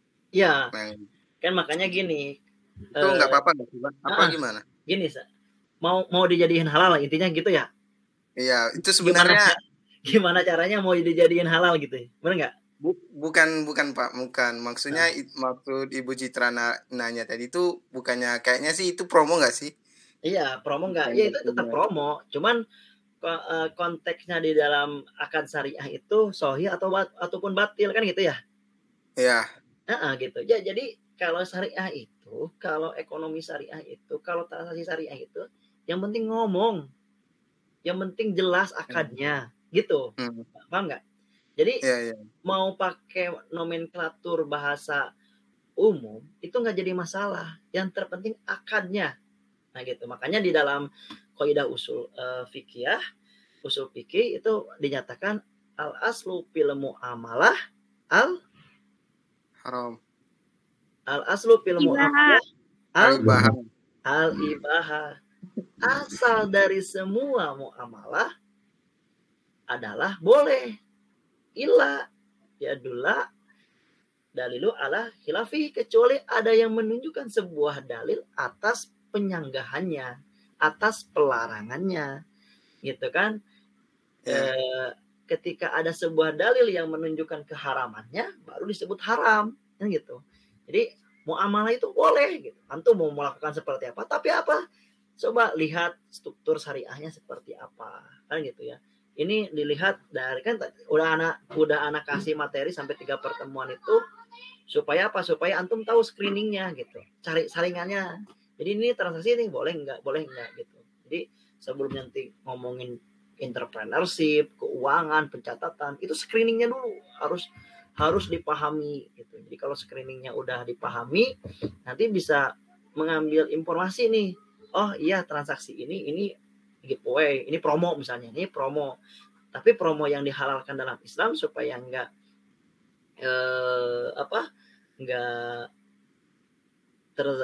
tersandung dengan syarat-syarat transaksi yang halal, yang tidak dihalalkan oleh Allah, antum semua bisa mengantisipasinya, kan gitu ya. Jadi lakukan muamalah seperti antum lihat orang lain ATM, amati, tiru, modifikasi cara pemasaran, cara pengelolaan, tapi lihat ketika antum tarik bawa ke ranah syariah, ini gimana? Oh boleh, kata syariah nggak apa-apa. Ini screeningnya. Makanya materi-materi anak nanti coba diantum pahami, baca literasi lain, kemudian nanti dibandingkan gitu ya, dibandingkan tuh di syariah boleh enggak gitu. Banyak transaksi itu seperti dropship ya. Nah, di dropship tuh boleh enggak di dalam syariah gitu. Antum lihat, baca literasinya gitu. Terus misalnya selain dari dropship itu misalnya bayar berjangka. Nah, bayar berjangka seperti apa? Contoh misalnya antum bayar pakai e-wallet. Nah, e-walletnya tuh ada duitnya mah di Shopee Pay misalnya atau misalnya di Lazada atau di Tokopedia. Nah, tapi antum pengennya ngangsur padahal punya kemampuan buat bayar. Nah, nanti gimana hukumnya kan gitu. Nah, terus misalnya tuh menjual dengan cara kredit, menjual barang orang lain dengan cara kredit. Nah, nanti hukumnya seperti apa? Banyak yang perlu dikembangkan dalam konteks transaksi syariah gitu. Seperti itu Anwar ya. Iya, Pak. Ya, jadi saya tuh senang ngomongin literasi ekonomi syariah. Karena apa? Karena gak habis-habis. Makanya ada satu masjid di Jakarta Pusat minta saya untuk kajian ekonomi syariah. Aki-aki doang udah sepuh 50 tahun. Saya minta kajian jadwal sebulan sekali lah ngebahas tentang ekonomi syariah. Semangat banget ya. Apa yang mau dibahas? Ya, mulai dari transaksi, ruang lingkup, tujuan. Waduh, ini udah kayak mahasiswa S1 aja nih mata kuliahnya, materinya yang diminta kan gitu. Kenapa? Karena ngomongin ekonomi syariah, ngomongin akuntansi syariah tuh gak habis-habis gitu, continue gitu. Nah, ini menariknya mata kuliah ataupun disiplin ilmu ekonomi syariah itu nggak bakalan gampang habis lah gitu. Saya lanjut dulu sebentar ya. Iya, Pak. Dikit lagi ya. Nah, tadi tujuan laporan keuangan tadi untuk informasi kepatuhan, ketiga informasi membantu mengevaluasi. Nah, itu untuk mengevaluasi. Keempat, informasi mengenai tingkat keuntungan investasi. Nah, tadi sama. Jadi tujuan laporan keuangannya seperti itu gitu ya. Nah, terus bentuk laporan keuangan. Nah, ini bentuk laporan keuangan. Ini udah mulai ke cara penulisannya. Nanti antum akan belajar posisi keuangan entitas, posisi keuangan seperti apa, informasi entitas syariah gitu ya. Terus yang ketiga, informasi perubahan posisi keuangan. Terus yang keempat, informasi lain seperti laporan penjelasan tentang pemenuhan fungsi sosial entitas syariah. Kelima, catatan dan schedule tambahan. Nah, ini bentuk-bentuk laporan yang harus antum pahami, nanti kita akan pelajari gitu ya. Nah, di slide 9 saya catat aja sebagai tugas ya. Nah, nanti ada tugas pribadi dan tugas kelompok, siap ya? Gimana, siap nggak? Kasih tugas siap nggak? Ya, siap. Hah? Siap, Pak. Ya, Ustaz. Arwan masih ada nggak Arwan? Arwan masih ada nggak? Arwan. Siapa Pak? Arwan Wabula masih ada? Boleh tahu Pak. Gak ada. Baterainya habis katanya Ustadz Arwan. Oh. Coba. Bukannya ini malam hari. Iya ya. Seharusnya katanya listrik malam hari hidup.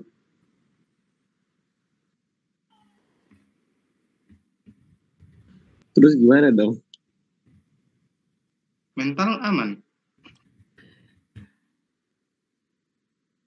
Makanya tinggal bagaimana kejujuran bareng-bareng aja lah. Kalau mau menimba ilmunya mau berkah, jangan lupa kalau kata KPK apa? Jujur itu baik gitu ya. Jadi coba jujur sama diri sendiri, ikhlas untuk belajar, benar-benar dapat ilmu gitu. Nah, ini ada tugas ya. Ini tugas pribadi ya. Tugas individu. Nah, ini tugas individu, tugasnya saya coba dulu di atas. Nah, cari di Google saja ya. Saya cari ini biar antum nggak berdosa kalau nyontek ya. Saya kasih fasilitas untuk menyontek. Cari di Google bentuk laporan di bawah ini. Di bawah ini. Di bawah ini.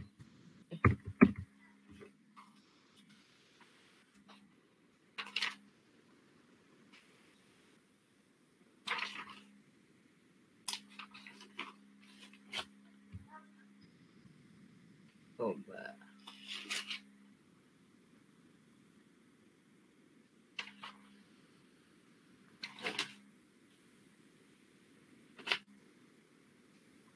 Nah, ini aja lah. 3 aja. Satu lagi deh. Ini laporan karena beda nanti. Laporan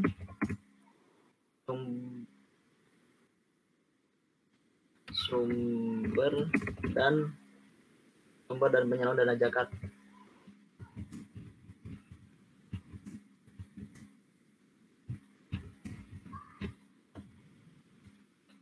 Udah terlihat, udah di snapping belum? Udah di screenshot?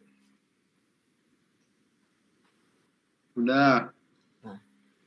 Nah nanti ini tugas mohon dikirim lewat email. Yang kemarin belum ngirim tugas nih ya, tentang tafsir di surat Al-Baqarah ayat ke-282 gitu ya. Tolong dikirim, saya akan coba untuk memberikan banyak rukhsah buat antum sekalian ya. Yang kedua, tugas ini cari di Google bentuk laporan di bawah ini, laporan posisi keuangan ya, keuangan syariah, saya lupa. Nah, laporan keuangan syariah. Nah,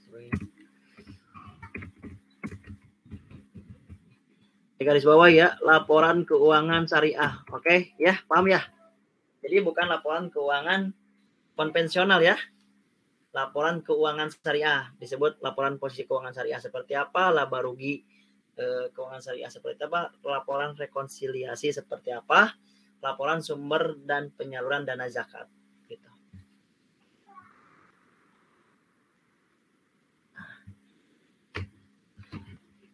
Bagaimana, ada pertanyaan nggak?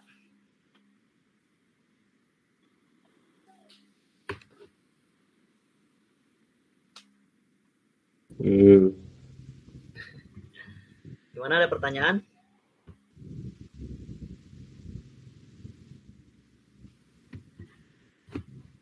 Sulit nggak kira-kira? Kata, ada yang ngomong sulit nggak? Belum dicoba, Ustaz. Belum dicoba ya. Gampang kok, di internet banyak di Google. Nah, antum nanti coba screenshot, masukin di Word, jangan lupa kasih nama dan NIM gitu. Nanti coba antum lihat cara laporan posisi keuangan gitu kan, karena nanti di akuntansi itu akan belajar gitu, posisi keuangan, laba rugi, rekonsiliasi, sumber dan penyaluran. Kalau yang dana zakat wakaf tuh ada laporan sumber dan penyaluran dana zakat. Kalau wakaf gitu ya, itu akan menjadi apa namanya tuh pembelajaran di selanjutnya gitu. Ada pertanyaan tentang materi hari ini?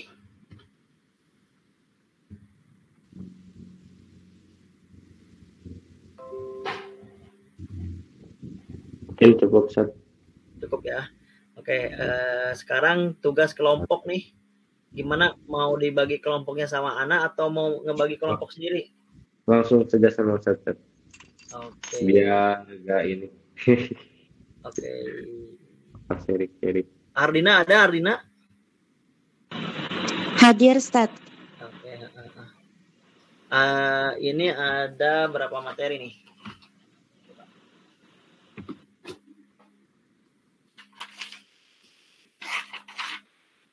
Gini aja deh ya.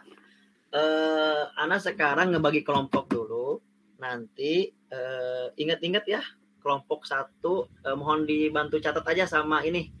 Sama apa? Sekretarisnya, Pak. Roisnya siapa Roisnya? Rifki. Saya, Ustaz. Ya, coba nanti dibantu ya. Saya perlu berapa kelompok nih?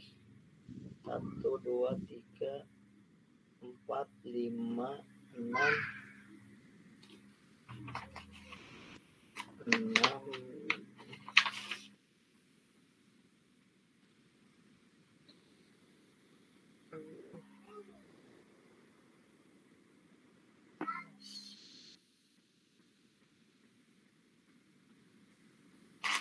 Wah, sepertinya ini nggak bisa dibagi kelompok nih mah. Harus ada 12 materi ternyata. Berarti nggak jadi kelompok ya. 12 materi itu berarti kalau ini 12 orang aktif semua nggak? Aktif, Pak. Aktif ya? Insyaallah. Nanti gini, antum kerjakan. Jadi ngerjain tugas gak perlu takut salah, kerjain dulu aja, nanti kita diskusi, kita perbaiki bareng-bareng gitu ya. Nah, di sini ada 12 akuntansi mudoroba, akuntansi musyarakah, akuntansi murabahah, akuntansi salam, akuntansi istisna, gitu, akuntansi ijaroh, akuntansi akad-akad lainnya, nah terus akuntansi sukuk, akuntansi wa'ad, akuntansi zakat, akuntansi wakaf, dan akuntansi beberapa lembaga keuangan non-bank syariah. Nah ini ada 12 ternyata. Nah nanti coba anak kirim di grup ya. Mau Ana yang bagiin aja atau gimana? Mau nanti antum sendiri yang langsung ini ya. Contoh misalnya Ana bikin 12 judul. Nah, kemudian yang cepat dia yang ngetek gitu ya. Contoh misalnya bagian akuntansi mudharabah yang mau ngambil adalah Muhammad Azam misalnya kan. Nah, silahkan Muhammad Azam, berarti yang lain tinggal pilih yang lainnya lagi gitu. Seperti itu aja ya. Nanti Ana share judul-judulnya di grup, langsung yang cepat dia dapat gitu. Nah, setiap pekan, setiap pertemuan minimal yang presentasi itu 2 orang. Siap ya? Siap? Setiap pertemuan yang presentasi 2 orang. Jadi sekali 2 gitu Pak ya? Ya, sekali pertemuan 2 orang yang presentasi gitu. Jadi ini afwan Ana ralat ya, ini bukan tugas kelompok, ini tugas pribadi. Hanya tugas pribadinya ada yang kebagian rizkinya di depan, ada yang kebagian rizkinya terakhir. Tapi kalau Ana sih punya prinsip kalau ngerjain tugas Anda pengen yang lebih awal gitu. Kenapa? Karena lebih nyaman gitu, lebih nggak kepikiran lagi tugas, karena kan kuliah itu nanti semakin ditumpuk tugas ya, semakin menggunung kewajibannya gitu ya. Udah nanti capek repot ngadapin UTS gitu, ngadapin UAS gitu. Nah, tugas juga harus dikumpulin di akhir, itu menyiksa lah gitu. Jadi jangan seperti itu. Jadi walaupun nanti ada yang pertama ada yang ini, coba di pekan besok bisa dikumpulkan, atau maksimal lah 2 pekan yang tugas ini. Tapi yang tugas tadi, tugas yang tentang tugas individu yang cari di Google bentuk laporan keuangan syariah, nah itu mah gampang. Makanya langsung aja malam ini kalau bisa antum lihat di Google, langsung di snapping, langsung di langsung di copy paste, nah langsung dikirim ke anak gitu ya. Tapi antum harus ngerti juga, oh ini yang disebut dengan cara laporan posisi keuangan, ini cara laporan, ini bentuk laporan laba rugi. Nah, setelah tahu bentuknya, nanti kita masuk ke transaksi. Nah, di transaksi itu baru akan masuk gitu ya. Ini transaksi ini nanti menghimpun transaksi itu seperti apa gitu. Jadi jangan cuman nomor 1 beli produk A, nomor 2 bayar gaji, nomor 3 apa. Nah, itu kan harus disusun gitu. Jadi dalam setahun bayar gaji berapa, dalam setahun belanja itu berapa gitu kan, beban listrik itu berapa, itu laporan di mana? Nah, di posisi keuangan. Nanti laba ruginya seperti apa? Nah, nanti pendapatannya berapa, terus bebannya berapa, itu disebut nanti laba rugi. Nah, laporan rekonsiliasi itu seperti apa? Nanti setelah posisi keuangan, laba rugi, rekonsiliasinya akan disuguhkan. Nah, dibentuk aset sekian, harta kita dibentuk harta berjalan sekian gitu, dibentuk produk juga sekian gitu. Nah, itu nanti direkonsiliasi.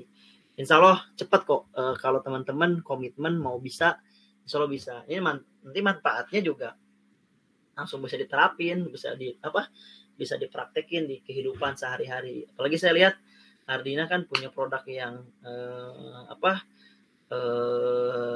branded lah, dalam arti itu punya value lah. Coba nanti dikembangkan dengan konsep-konsep transaksi syariah, dan mudah-mudahan usahanya tambah berkah, terus orang juga bakal banyak yang invest modal, cara marketingnya lebih bagus gitu. Seperti itu. Oke, ada pertanyaan lagi nggak?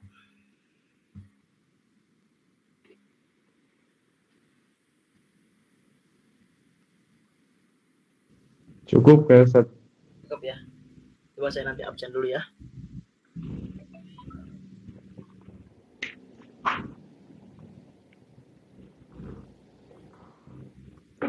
Ya Allah.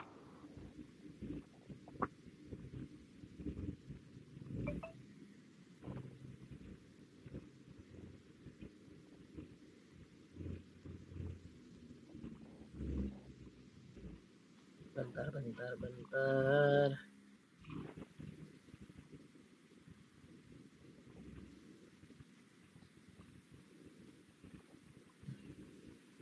Absensi mahasiswa.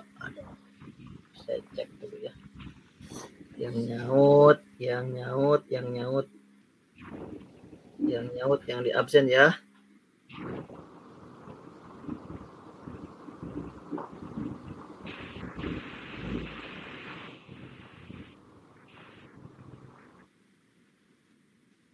Pokoknya sama saya itu ya, kalau saya nggak pelit nilai, asal teman-teman punya komitmen belajar. Kalau misalnya kehadiran juga jarang, tugas nggak dikirim, gitu. UAS UTS mah urusan nanti lah. Itu mah. Yang penting coba kehadiran dulu, ngerjain tugas, mastatotum aja, fatakullah mastatotum, ya. Siapa?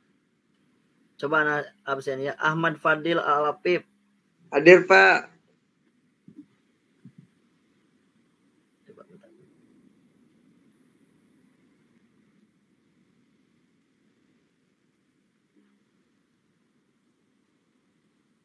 Kemudian siapa ini? Anwar Maronaro. Hadir, Pak. Kemudian Ardina Madani hadir ya.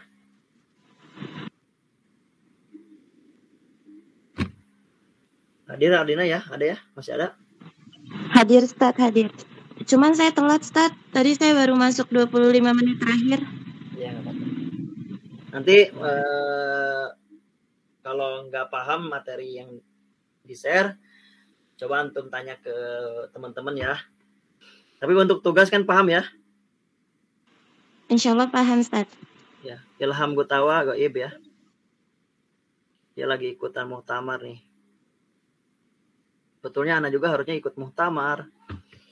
Karena juga masih hima persis. Qadarullah ada apa namanya tuh, ngurusin program Ramadan, dapat bantuan dari Yusuf Kala, alhamdulillah bisa buat Ramadan nanti. Ilham Gutawa Goib. Tadi Arwan Mabula ada ya? Arwan Mabula ada? Masih ada Arwan? Tawati. Ilham Gutawa Goib. Imam Haris?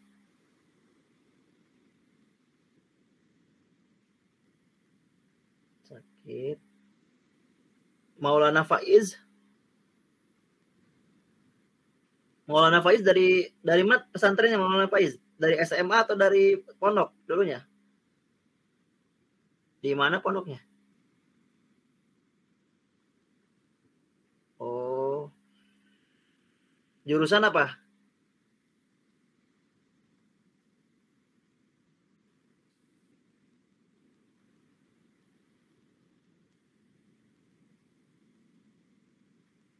Sekolah payung. Oh, nginuk juga. Kayak anak kan lagi ngembangin juga namanya PKBM, pendidikan kelompok belajar masyarakat. Jadi di pesantren yang lagi anak rintis sama teman-teman itu cuma 2 tahun SMA udah lulus gitu. SMP 2 tahun. Kalau dulu mah kan paket C lah gitu. Sama juga sekarang. Soalnya ya seperti itu, resistensi dengan kurikulum yang ada di pemerintah. Muhammad Azam Zundullah ada ya? Hadir, Ustaz. Hadir. Muhammad Hadra Goib ya? Kuotanya habis katanya, Pak. Tadi masuk nggak? Enggak masuk. Kuotanya habis. Rifki Firdaus hadir ya? Hadir, Ustaz. Solahuddin Al-Ansori hadir ya? Solahuddin? Hadir, Ustaz. Hadir. Citra hadir. Citra hadir ya? Masih hadir? Hadir, Ustaz. Oke.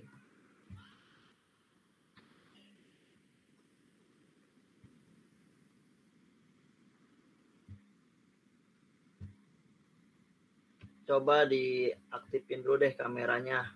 Kita screenshot dulu buat disimpan di materi. Yang materi 2 belum dikirim ya? Belum, Ustaz. Siap.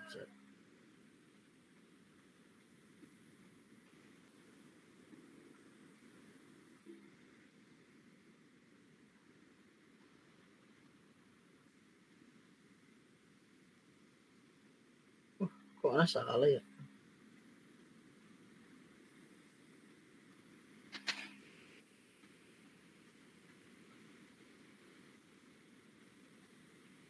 Mana? Yang lain gimana nih? Anwar Maronaro, Ahmad Fadil Alpib.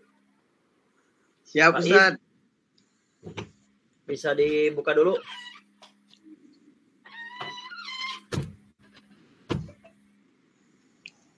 Muhammad Azam, udah. Faiz. Citra, Ardina. Oke. Anwar, gimana bisa? Ya Pak. Bisa diaktifkan kameranya dulu. Oke Pak.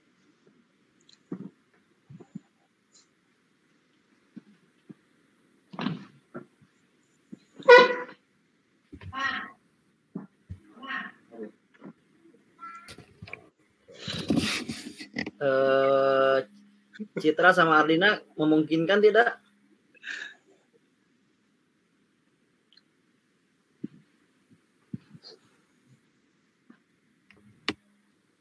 Halo para ibu-ibu, memungkinkan apa tidak? Oke. Tidak kayaknya Ustaz. Siap.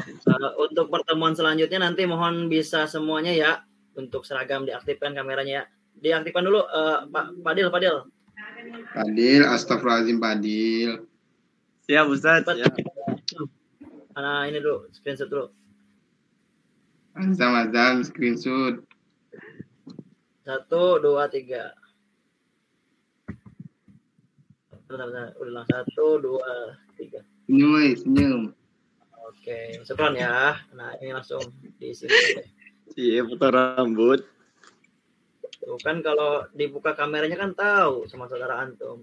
Barangkali ada yang alami cacat mikro kan gitu ya. Harus Ya benar potong rambutnya salah jadi cacat mikro nanti. Ya, baik. Kalau tidak ada pertanyaan lagi, tidak ada kan? Tidak ada pertanyaan lagi? Karena udah masuk jam 21.54, nggak kerasa nih 2 jam. Diakhiri saja pertemuan ketiga pada malam hari ini. Mudah-mudahan